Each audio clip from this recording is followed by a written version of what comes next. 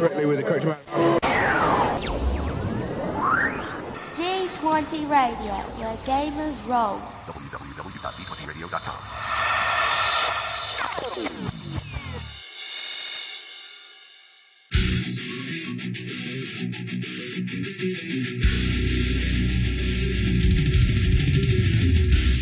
Welcome to Me and Steve Talk RPGs, a podcast where me and my friend Steve try and help you get the most out of your role-playing game experience.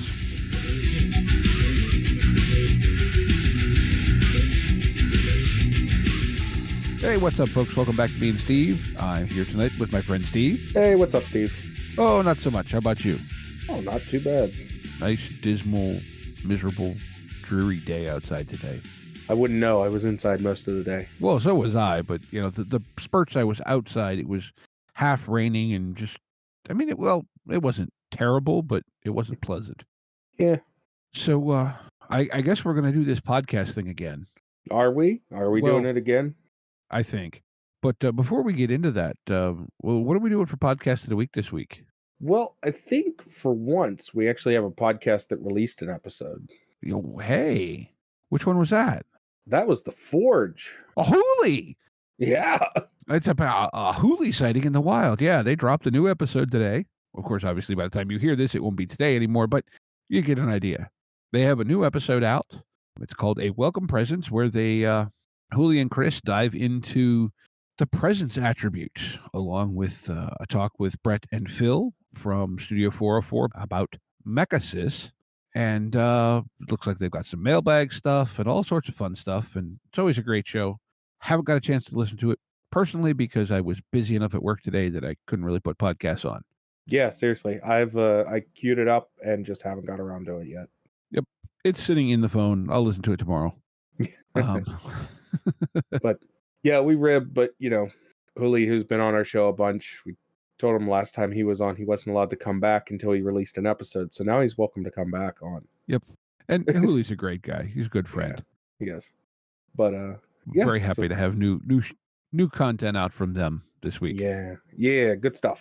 And you can find them at forgegenesis.com and all over the place.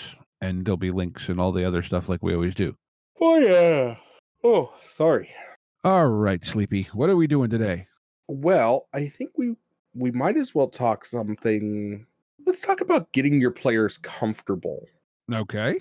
And so that's sort of it was sort of an idea that was being thrown around. And have you ever played an RPG on a couch? Like, have you ever played a tabletop RPG on a couch or on your couch or somebody else's couch? I don't know. I tend to not like that because you've played with me and I am a spreader-outer of things. Right. And so playing on a couch does not leave me space to spread out my things. I've played a lot. Well, you know, I've sent you pictures before of what my old D&D group used to look like. Yeah. And we played a lot on couches and like TV trays. Mm-hmm. I think one of the big things is, so the idea is really simple. The more comfortable your players are, the easier it is for them to open up, right? Mm-hmm. The easier it is for them to open up, the better the role play is going to be. Because your players feel, for lack of a better term, comfortable with being there. Okay. And so, you know, sometimes some games really like to be played on a couch, okay? I don't think D&D's that game, but I could think of a couple like very freeform games that would work really well on a couch, right? I think lighter stuff, like Retro Star, I think would be kind of okay that way, as long as you had a small surface to roll on. And well, that or like Mutant City Blues could work well on a couch because it doesn't require a lot of rolls. Yeah. I think you could play pretty much any BRP on a couch because you only need to roll periodically. And if you're rolling dice in you know, let's say Call of Cthulhu, you're in a lot of trouble at that point. Yeah, I think it's possible with any game. Oh, it's definitely. I mean, we played D&D on a couch, and that's a freaking nightmare. But I think what you're getting at is games were much more story first games. Right. You're more story-driven games where you want that heavy role play though, right? Right, right. Your story first games, so stuff like let's say, I haven't got the chance to play it, but let's say like Powered by the Apocalypse, Right. where that's very role play heavy, right? Mm-hmm. I would tend to think that would work really well on a couch or just in a non-conventional table seating situation, right? Mm-hmm. Yeah. No, I get where you're going. I think, I don't think Genesis would work well on couches because that's too many dice for everybody to have, and half of the fun of Genesis is seeing everyone's roll. Yes, I think some of that would only work. Like, I think Genesis would only really work if everybody either had like a small table or you would have to have like dice rollers on your phone or something. Yeah. It's doable, but But the other thing is, and it also goes back to safety tools. We've talked about safety tools a lot.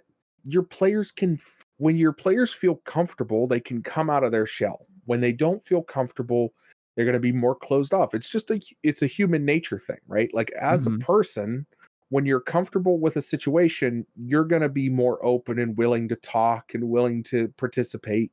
Versus if you're in a situation that you're uncomfortable with, you're going to be a little bit more closed and quiet and closed off. Mm-hmm. And you know making your gaming space physically and also mentally, we'll say, a welcoming and comfortable place is important, right? Yeah. So it's not just physically is one thing. You can control physical comfortable to an extent, right? Like, is the room too hot or cold? Are the players in comfy chairs, they in uncomfortable chairs? Like, there's things you can do to make the room more comfortable, right? Mm-hmm. And to a certain extent, at a certain point, some things are just out of your control, right? Yeah. But also making it a mentally comfortable space, making it where everybody feels like they can be comfortable opening up. And especially I find with like playing in game stores, this is true because back in the day when played in game stores, right? And making sure that anybody that sat down at the table didn't feel like they were you know shunned or outsider or anything other than welcome. Right. And that's an important thing. And also realizing that's after going to my first convention, well, not first convention, but first time playing tabletop games at a convention, that's another thing, is making sure that everybody at the table feels acknowledged, everybody at the table feels like their voice is being heard, and also simultaneously that they're welcome at that table. Mm-hmm. Because you can tell when a table feels closed off or a table feels like, if it's you and your friends and somebody new sits down at the table, you need to be open to letting that new person be there and not just like, whatever, you're not part of my friend group, I don't care, right? Yeah. It's important that, especially to keep the hobby alive, thriving, and growing, that we be as welcoming as possible. I know No, that's like, yeah. that's very true. I think, and I think you bring up a point there with uh, and not just in a game store or convention environment, but if you've got a new player coming in to an established group, that can be really daunting for them because there's already these dynamics that exist between everyone at the table. And like our current weekly game that we play on Wednesday nights, we've got a really kind of a unique thing because counting me as the GM at the moment, there's 6 of us. And all of us have played with someone else at the table before. Most of us with at least 2 at a time, but none of us have all played together before. Right. Right. So that I think kind of works in a sense because everyone's comfortable with at least one, if not more than that other person there, and Oh it yeah. helps. And it's an online, so it's different. But Well, no, and it's true for online games too. I mean, I find myself like, I've been hesitant to join online games with people I didn't know, and then I did join an online game with a bunch of people I didn't know and ended up having a great time with it. mm-hmm, And it's, you're hesitant. You're like, oh, I don't know these. I only know this person based on what they've. Maybe you're on a Discord with somebody. You're like, I only know this person based on the comments or the conversations we've had on the Discord together. I don't know how this table's going to be. And that makes you really nervous and uncomfortable. I mean, that's the best way to put it. Mm-hmm. But feeling welcomed once you sit down at the table and feeling, open to a group, that's a good thing. Mm-hmm. Yeah, I never thought about the idea of, like you said, if you're sitting on a couch or something, I don't know, because I also, for me, I feel like, I don't know how to say this, but like sitting on a couch, I would find, for me, I think, harder to get myself more engaged, because I'm like sitting there comfy and I want to enjoy something being presented to me much more than I want to actively participate in it. See, for me, the idea is basically this. It's the idea that I've had a lot of really great conversations sitting on a couch or sitting in a chair with a group of people, right? Like sitting in Mhm. like a lounge chair, having a conversation. I think back to like college, right? Mhm. Chilling in my buddy's dorm, sitting on his couch, just telling stories and having genuine conversations with him and his roommates and all that. I feel like that's I don't know, that's something that I think I could get behind in playing a game that way.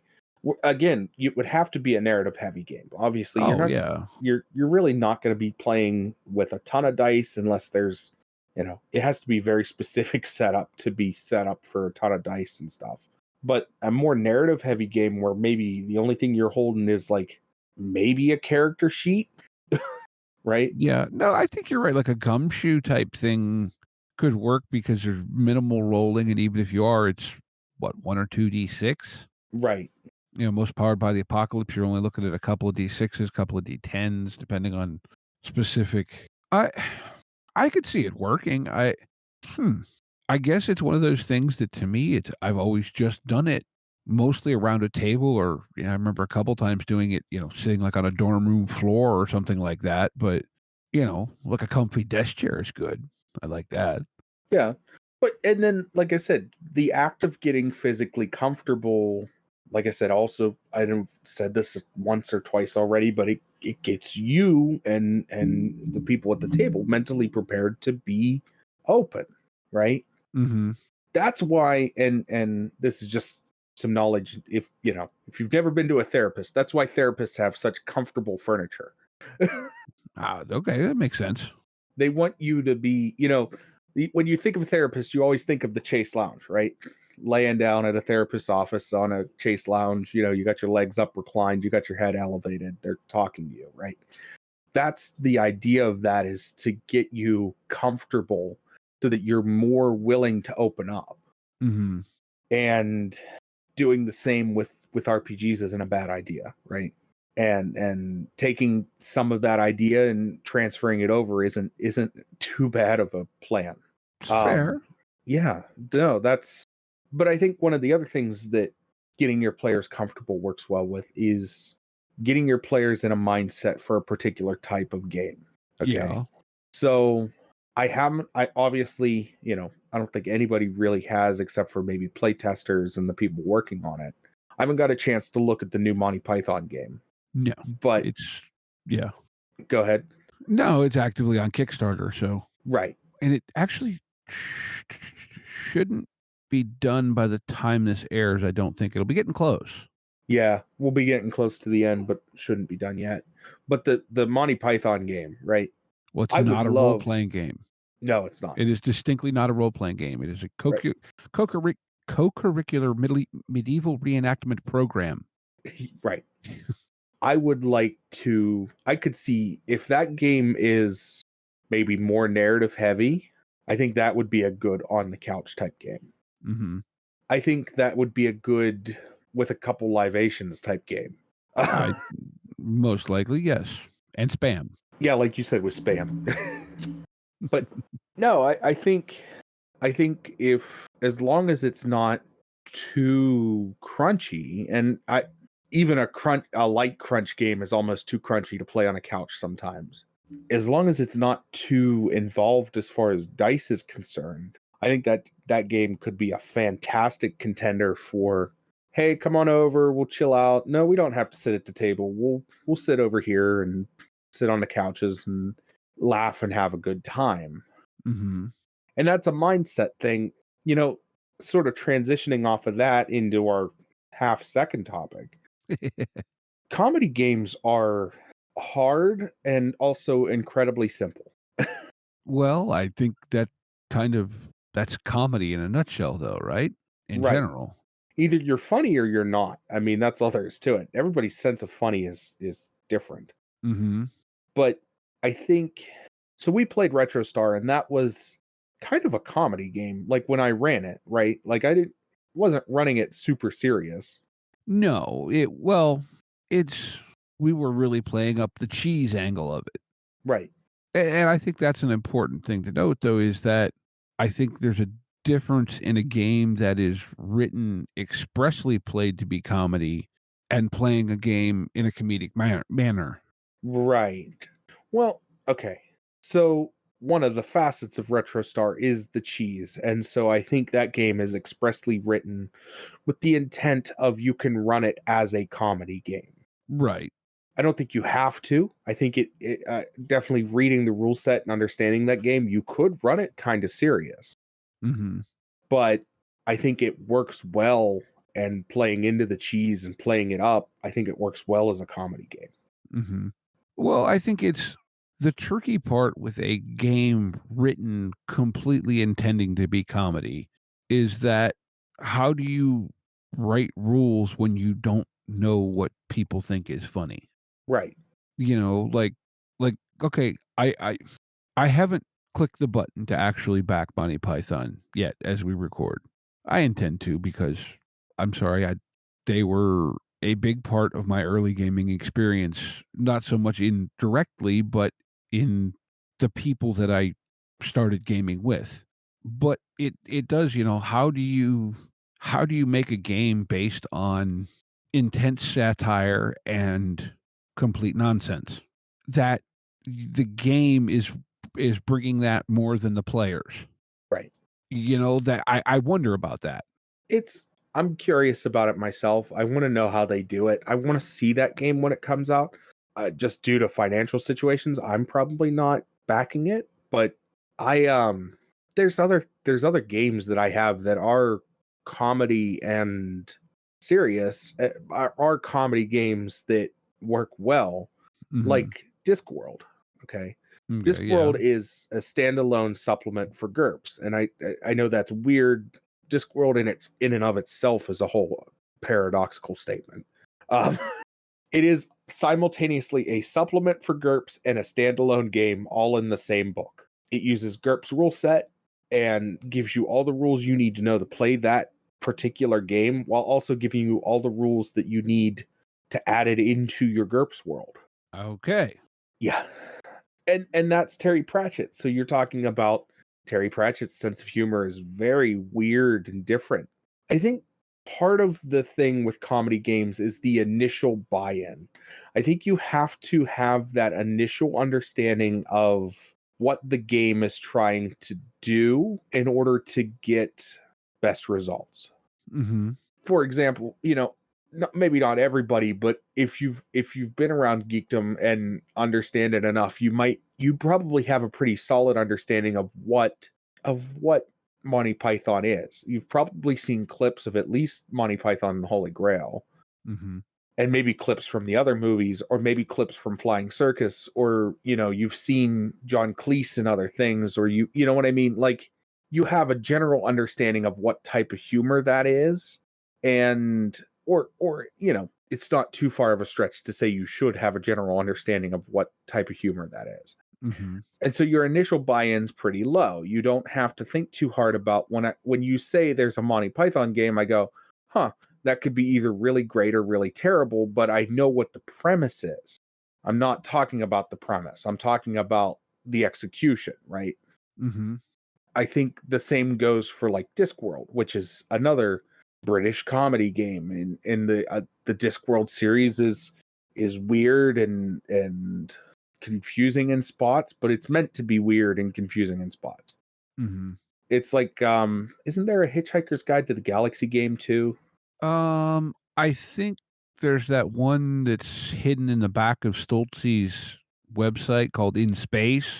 Okay, so It's that's oh yeah, that's right. It's Hitchhiker's sort of a Guide-ish. yeah, it's sort of a but you get the idea, right? Like it's these some of the comedy games are these established things that the buy-in isn't so hard on. And then like a new comedy game has to have a really clear premise, right? Yeah, well, I wonder, because I can think of 2 off the top of my head, and I know one of them, it's a little bit bigger of a game. Grant Howitt put out one, not terribly long ago called Chaos Brigade, Oh yeah, yeah. where you play as a batch of, I believe it's orcs in quotation marks, that are basically your job is to go do some crazy mission, and because you're playing orcs, you're going to kind of bungle and muck it up, and chaos ensues, and there's ways that's mechanized. There's just like big fishbowl of dice that builds, and then you get to use it when everything goes kaflooey and whatever, and so that's intended as a comedic game. And I believe it's a one pager, and I think this is his work. There's Jason Statham's Big Vacation. Right. Honey Heist is another one that tends to go comedic. Well, and we talked about it a while ago. I like to bring it up just because it makes people laugh. But there's like it wasn't us meddling kids, which is like a 2-page tabletop RPG. Mm-hmm. But the premise of that is pretty simple. You're playing a Scooby-Doo-esque game, except rather than Shaggy, you have Shaggy the musical artist, right? Mm-hmm. That's talking about comedy dryly takes away a lot of the fun with comedy. Well, yeah, but I think that's for a comedy game to work. I think you've hit it on the head, though. You have to have the buy-in going in. Right. And that being said, I think you can play a comedy game in darn near any system you want to, as long as everybody at the table is willing. Right. I mean, No, I agree. well, I guess it was 2 or 3 years ago now, right after Christmas, we got together and I ran effectively a Home Alone version in 5th edition D&D. Yeah. And we bungled and did whatever with some of the rules, but I told everybody going in, look, we're just going to have fun. I didn't outright tell everyone before we started that it was Home Alone, but I think everyone figured it out soon enough. You made a character that fit right in with a kind of a comedic twist. Mm-hmm. And, everyone caught on. And so we played fast and loose with a lot of the rules, and no one cared because we all knew what we were doing and we were playing for the sake of the story as opposed to worrying about, did we execute this action correctly? Right. I think that's one of the big things in comedy games is that I have a hard time believing that there are extremely mechanically heavy comedy games. Yeah. Unless it's for some kind of comedic effect. Unless that's the comedy in itself. Right. But where the goal of the game is actually to get you to go, we're supposed to no, screw that, this happens. Right. And I think one of the things is that we've talked about player buy-in. And why does comedy work with getting your players comfortable? Because they have to be comfortable with the idea of laughing and the idea of relaxing and playing a game that's not super serious. Okay. On that what if, as your kind of call it break-in game, if you're getting a new group together that's not intended to be, because look, sometimes people get groups together, they want to play, very intense whatever, and that's what everyone came for, and that's fine. But if you're just kind of putting together a casual group and it's these 2 friends from here and these 2 friends and these 2 friends, whatever, what if you play a couple comedy sessions off the bat where everyone just gets to laugh and have a good time together, and that kind of helps make everyone comfortable with each other? Yeah, that can work. I think you have to be a little bit careful with that, and not careful in the sense that we've talked about careful with other things. I think you just have to be aware that not everybody's sense of humor is the same, and so sometimes that like icebreaker game may not, like, you might hit an audience, you might I don't want to say an audience. You might hit the players that have the same type of sense of humor, but it might not hit with the players that don't have the same type of sense of humor. I think Yeah. that's one of the pitfalls of most comedy games is if you don't have the specific, like, if you have a very dark sense of humor and you play something like Jason Statham's Big Vacation, that's not going to hit with you, right? Like you're Mhm. not going to have, you know, that's a game that's very silly and wacky, not a game that's very goofy and you know what I mean? Or that's a you know what I'm saying. Yeah, yeah, it's not like, I'll tell you right now, and I've talked about the movie before on the podcast. A movie that I find absolutely hysterical is Lake Placid. Mhm. Yeah, yeah. But that movie's dark and not supposed to be absolutely hysterical, Well, I don't arguably. think you have Betty White, Oliver Platt, and Gleason in a movie that you're not intending to make at least sort of funny. Well, yes, I agree with that, but you know what I'm trying to say. No, it's not a slapstick movie in the Right, traditional sense. right. It's not Home Alone or, It's not Abbott and Costello. right. And if you have people that like Abbott and Costello and you're playing Lake Placid, I don't think they're gonna get the same enjoyment out of that. Yeah. I don't know. Comedy is but that goes to I think comedy is hard though because like you said different senses of humor. Like I'll be completely honest, I don't appreciate or I don't say appreciate. I don't like a lot of Jim Carrey's work personally. Just doesn't hit for me. A couple of his movies I really have enjoyed, but a lot of them eh. Will Ferrell is another one for me where I don't care for a lot of his movies. I know a lot of people think they're absolutely hysterical. They just don't hit for me. Yeah, no, I don't like Seinfeld, and I've heard a lot of people be like, "Oh no, Seinfeld's hilarious." It's like it's not to me, but also I wasn't an adult in the 90s, so I don't really, it sort of goes over my head some of it. Mhm. But yeah, I think there's some humor that just, everybody has their own tastes and that's fine. And I get where, people come from and say, "Oh, well this doesn't work for me or that doesn't work for me." I think it gets you a good idea of what, playing a comedy game gets you a better idea of somebody's sense of taste than a lot of things. Can for sure. Yeah. Yeah, can at least. Yeah, I don't know. Where do It's we go yeah. from here? Well, I think though it's and I here's the thing is I think if in a comedy situation, laughter I think usually is kind of disarming in a social context in that it's more apt to make people comfortable than uncomfortable unless you head down a road someone's really uncomfortable with. Right. But I Yeah, think that's the other thing is comedy like horror, it's very important that you set up your boundaries. yeah. Yeah, it's very important that you go, "Look, I can't deal with this. Please do not make jokes about X, Y, or Z," right? Okay. Now, just and I'm just throwing this out there since we're kind of off down this weird sort of discussion. Do you think it's harder for people to, and just to use the terminology, X card in a comedy situation than it is in, say, a horror situation? Are you less apt to say, no, if everyone else is laughing and you don't find it funny or comfortable, where in, say, a horror scenario where it's supposed to be scary and uncomfortable, and it's just a little over the top for you. I think that depends on I think that depends on the severity of the thing that you're X carding. Mhm. If it's so how do I express this? So I say severity, and I know that that's sort of a loaded term because everything that you're X carding is important to you. Mhm. But we all have things like maybe I find something more annoying than I do, you know, like unlaugh. You know what I mean? Yeah, but I guess what I'm saying is Sorry, I couldn't express that very well. no, no.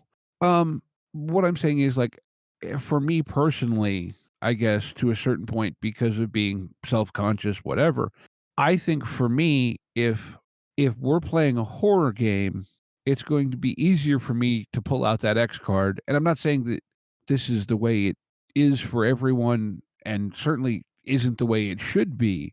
But I'm going to be more self-conscious about pulling an X card in a comedy situation than I am in a horror situation, I think, because if I'm sitting there watching everyone else laughing, part of me is telling myself, and I think this is, I doubt I'm alone in feeling this way, that if I do that, I'm stopping everyone else's fun.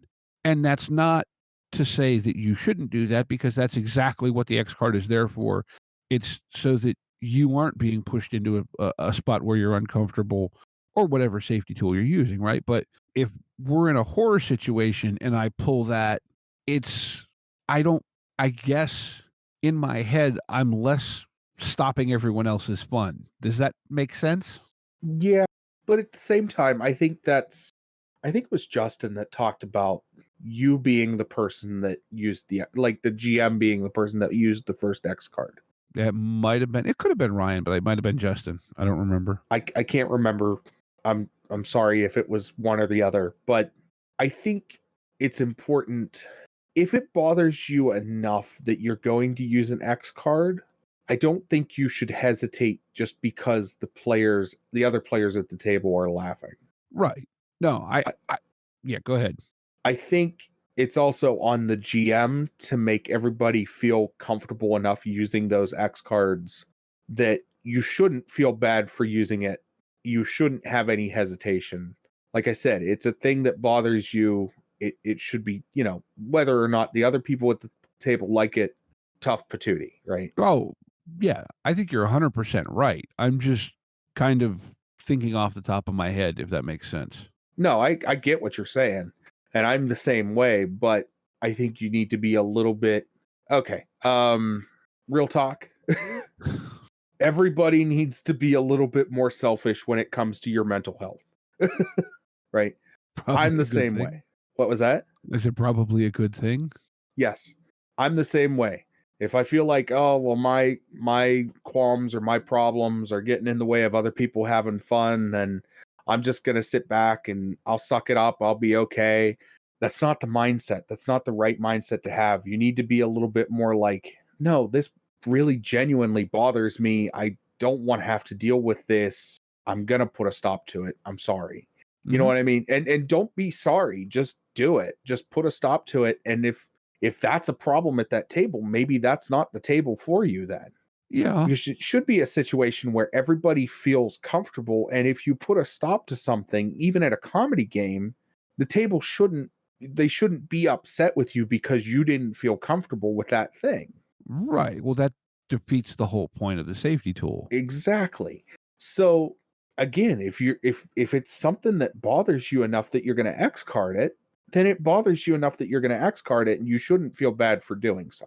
No, you definitely shouldn't. And I get your trepidation, but I think that's like I said, everybody needs to be a little bit more selfish when it comes to their mental health, right? Like, no, yeah, exactly. I just, it was just a string of thought that kind of popped into my head that I felt like was kind of topical to what we were no, talking. I understand where I'm not saying I don't understand where you're coming from, but I think the easier solution is to actually be like, no, but like your feelings are valid too. You know what I mean? 100%. I was more saying it as a kind of an exploration of, do you think people as a whole are less apt to safety in a comedy scenario as opposed to a more serious scenario? They might be, but I think you need to. I think as the GM, and as if we want to keep this hobby going and growing, we need to make those places safer too. Yeah. I think that's just all there is to it. I've been an advocate of making all tabletop gaming a safe place for everybody because I love seeing the hobby grow. I love seeing more and more and talking to more and more people that play these games because it means I have more people to play with, right? Yeah, exactly. I maybe I'll tangent off into this for a little bit because I don't think I ever talked about it. When I was younger, I played a lot of D&D because that's the only game I could get. I know I've talked about that, but I read Cyberpunk 2020 a ton. I read it like the first year I got it, I read it twice in the year, and then I read it every year subsequently, and then was like disappointed because I couldn't find anybody to play that game with me. So once I started like getting a bit older, getting actually, you know, more comfortable with being around people, my own independence, like once I was able to drive and go to my local game store myself, Hmm. I was able to find people to play the games, and maybe not necessarily Cyberpunk Red or 2020, but just try different things. I was able to build my own play group. And so that's why, from that all that isolationist stuff, from me feeling isolated for liking that, that's why I'm such a big advocate for growing the hobby, because Hmm. I love the idea that, like, I love the fact that our Discord is huge, and at any given day, I could put out a message and be like, "Hey, look, this Sunday I want to run a game. Is anybody down to play?" And I would get a handful of messages back being like, "Yeah, I'm down." Yeah, or the I want to, but I'm busy that day. We get a lot more of those, but that's the nature of being adults. It's still, it's still the idea that there are people that want to play these games that I like, and I like having a community and a group of people that can do that. Hmm. And I you didn't have this experience because you started out gaming in, playing other systems, we'll Hmm. say. I didn't start out gaming that way. I started out gaming playing Pathfinder, which, yeah, it's technically another system, but it's 3.75. Hmm. Nobody's going to argue that Pathfinder First Edition is not 3.75. No, not many anyway. Well, not, yeah, maybe some people over at Paizo, but yeah, no. So that's why I'm like such a big advocate for, not only just because I want people to feel comfortable playing the games they like playing, but because I love seeing the community. I love seeing the hobby grow. I love having more voices. I love having more people around that are just like down to play the games that I like. Yeah. No, and well, what like okay. In what you said there, though, you did hit on a point for me where yes, when I started gaming in college, it was lots of different games. Then as I moved on into more adult life, it was like D&D, D&D, D&D. Man, Yeah, and no, I know. it's so we kind of had the same experience in a way, but from a Inversed. reverse angle, sort of. Right. Inversed. Yeah, Um, inverted, whatever, something. Yeah. But no, but I think that's part of why we started the podcast. That's why we do Game of the Week. That's, you know, a lot of this is, and safety tools are a big part of what bring people into the games and bring people into the hobby, because they feel comfortable, they feel safe playing the games, and it's important. Mhm. Yeah, I don't know. I don't know where I was really, but safety tools in comedy games, I don't want people to be driven off, because I like playing comedy games every now and again, and I don't want people driven off because they don't feel safe playing those when they could. You know what I mean? Mhm. When they have the option, they could do, they could feel comfortable playing comedy games. They could find a game that's in their sense of humor, right? Yeah. Yeah, it's I guess where I didn't expect to go when we had briefly, the 30-second conversation about the topic today, I didn't expect to go with end up in a conversation about why safety tools are important in comedy games, but in a way, they might almost be, uh, well, like Even they are more. equally as important as they are in any other game, and maybe even more so because, like we were just talking about, are people going to be more hesitant to use them because they think it's comedy and they're not supposed to feel unsafe? Right. Are they going to self-impose a stigma on that? And I think you might be onto something that they would, but I think that's a stigma that we need to work towards changing. Mhm. Much like when we first, you know, when we both first heard about safety tools, I was like, that's a great idea that I could have used maybe 10 years ago. You know what I mean? Like, somebody was explaining to me a safety tool, and I'm like, man, I wish I knew about that back when I was playing the game that I didn't feel comfortable playing. Mhm. I wish I'd have thought about that way back when I started gaming, and, was dealing with some personal stuff and didn't want to deal, you know what I mean? Right, right. And some people come at safety tools with some apprehension, and they're not to be rude or anything, but you shouldn't have that apprehension. You should sort of, I know your initial reaction might be knee jerk, but you need to open up. And if your initial reaction is knee jerk, you need to take a step back and look at it again and think about, well, maybe it's not just for you, right? It's right. Even though you're able to use them and it is for you, like they're a tool for you as well. Mm-hmm. It's for the other people at the table as well. It's it's for everybody. It's not just for you. Well, yeah, safety tools are there so that everyone has fun. Right. And the thing is, I think also, if you have a legit conversation about safety tools, just the fact that you had that conversation, I think makes everyone at the table more comfortable and more conscious that, hey, you know what? This thing is maybe a little off color. I'm just going to avoid it because I don't need it for the story. Right. It's potentially triggering. I don't need it. I've also, and Justin Eacock has brought this up. I don't know if he did with talking with us or if I've just heard him mention it on his own podcast, but that also for him, when he knows the X cards are in play and that his players will use them, he also finds it liberating as a GM because he knows he can push as opposed to self-censoring because his players will stop him if he goes too far. Aha. So it's and I thought about this a little bit, and I was waiting for you to bring this up.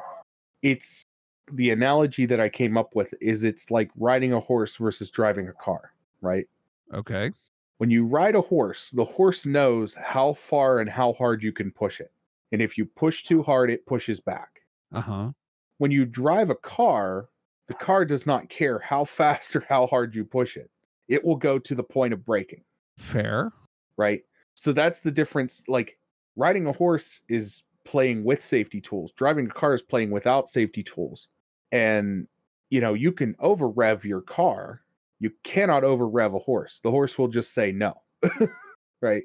Yeah, no, that makes decent amount of sense. It makes a lot more sense when you actually start thinking about it versus when it came out of my mouth. Well, no, the horse will go, hey, look, no.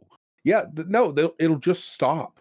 The horse will just not do the thing that you told it to do and be like, no, I'm not, you're not going to kill me over this. Oh my. So we've somehow worked horseback riding into comedy RPGs and safety tools. I like this. Hey, everything's a little bit of a crapshoot with us. You never know where you're going to end up. These weird thought connections, huh? Yeah, but they make sense. Mm-hmm. All right. We got any more on this, or we want to move on to something else? I don't know. Do you have anything more that you want to? I think we've kind of explored this. So is it Game of the Week time? I think it's Game of the Week. Woohoo! Game of the Week. Game of the Week. Game of the Week. All right. You going or am I going? Why don't you go first? All right. So my Game of the Week this week, and I found this right as we sat down to start doing this. Kind of a OSR-ish game, so I imagine D20, old school D&D-esque mechanics. But this one kind of strikes a chord with me because, well, I like post-apocalyptic stuff. And post-apocalyptic is really good for kind of gonzo comedy, sort of darker comedy, but still chaos comedy, let's put it that way. So how about a game, kind of a Mad Maxy post-apocalypse, but where you play as a crew of goblins rolling around in a big old Cadillac, just causing mayhem. So the game I found this week is a game called Goblin, Gobblin'. It's from Drunk and Ugly Games, LLC. It is a RPG setting and system where players control goblins, settling and exploring a post-apocalyptic Earth. The creatures who crave violence, stupidity, and chaos have found just the perfect means to obtain it. It says, everyone knows goblins. They're violent, stupid little green guys who have just enough brain cells to know what they're doing and black enough hearts not to care. So, yeah, I mean, like, part of this strikes me as, remember the monkeys that stole the cop car in the original Jumanji? Yes. Yes, I see what you're going. I see where you're going with this. This is where my brain went with this game. Okay. Yeah, I could see that. There's a line in here in this preview. It said the goblins had a whole world of abandoned toys to discover, many of which could kill their fellow goblin from 20 paces away. Like, I don't know that this is something I'd want to play long term, but this would be a heck of a fun, 3, 4, 5 session thing. I PDF will set you back about 1750, but there's some print on demand options. I gotta look at the preview just because. But like, it's like I said, the monkey stealing the police car in Jumanji. It's I'm I've got another reference in my brain, but I can't place what it is. Mm. But kind of the post-apocalyptic Dumb and Dumber, even though I'm not the biggest fan of that movie. But going into preview, there's a list. Here's a list of adjectives for the average goblin: cowardly, opportunistic, violent, hyperactive, unreliable, stubborn, egotistical, crass, obnoxious, wasteful, stupid, lazy, noisy. Like, Yeah, that's cool. it seems fun. Yeah, And it's that called does seem fun. Goblin. Well, I'm having a hard time this week. I'm just not gonna lie. The only thing I'll shout out, just because it just got a re-release, we'll shout that out. Okay. Let me go over here and bring it up so I can tell you the exact name of it. And you've heard us talk about it a million times, and I don't care. I'm sorry. I think I'm just gonna shout out, and we've talked about Delta Green a lot, but Delta Green The Conspiracy, which I can send you a link to, Okay. by Arc Dream Publishing. Delta Green The Conspiracy is a re-release of the 97 version of Delta Green. Oh, this is the one that they reprinted or whatever. Yes. They just kickstarted it, whatever. Yes. They something. basically redid it. Added some new art, added some, updated some stuff. I think it's a good jumping on point if you want to get into Delta Green and don't know where to start. Okay. Yeah. This is okay. I remember what this is now, I believe.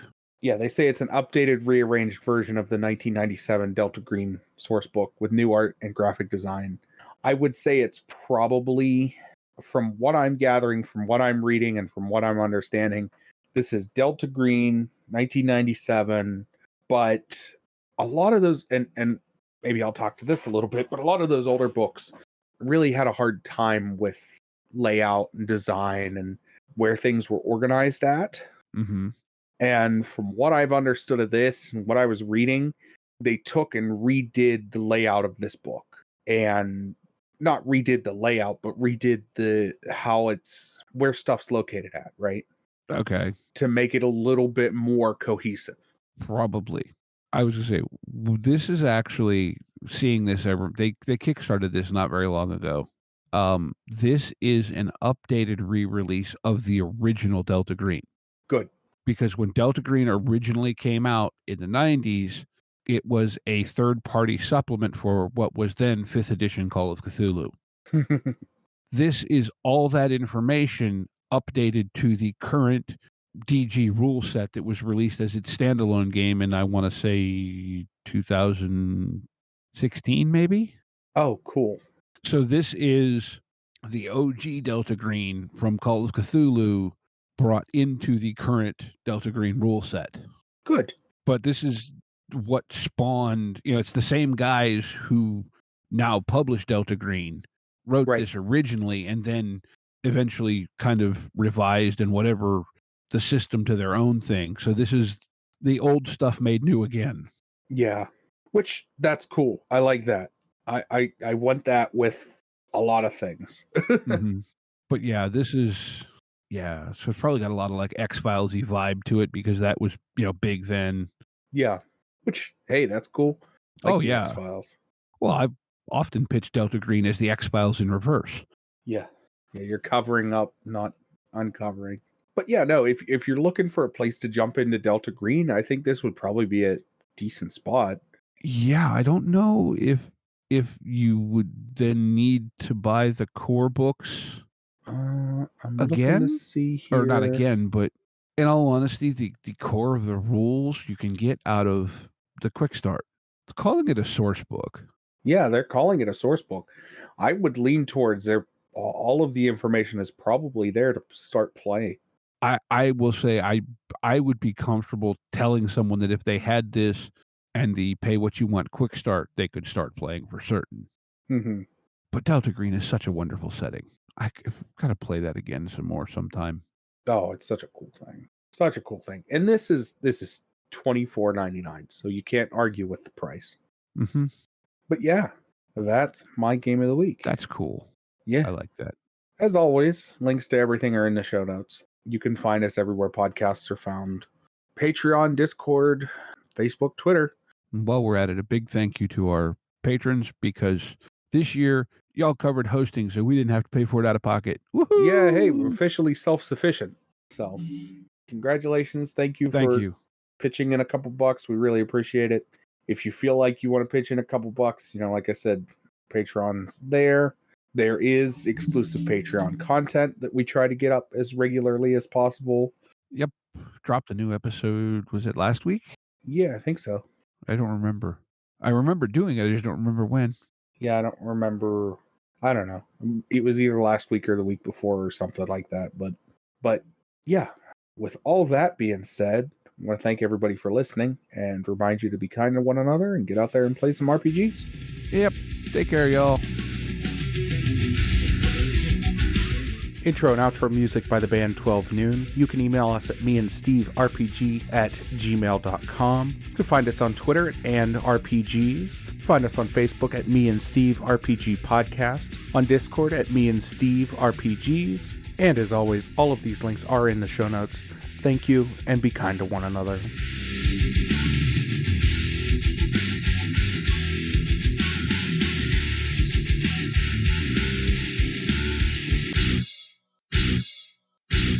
How much for the cigar?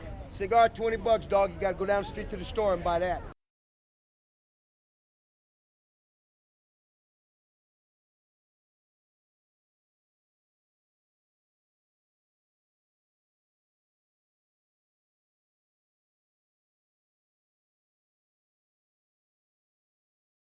Most likely, yes. And Let spam. me take care of him real quick. Okay. Spam, spam, spam, spam, spam, spam, spam, spam, spam, spam, spam, spam, spammity spam. Sorry. No problem.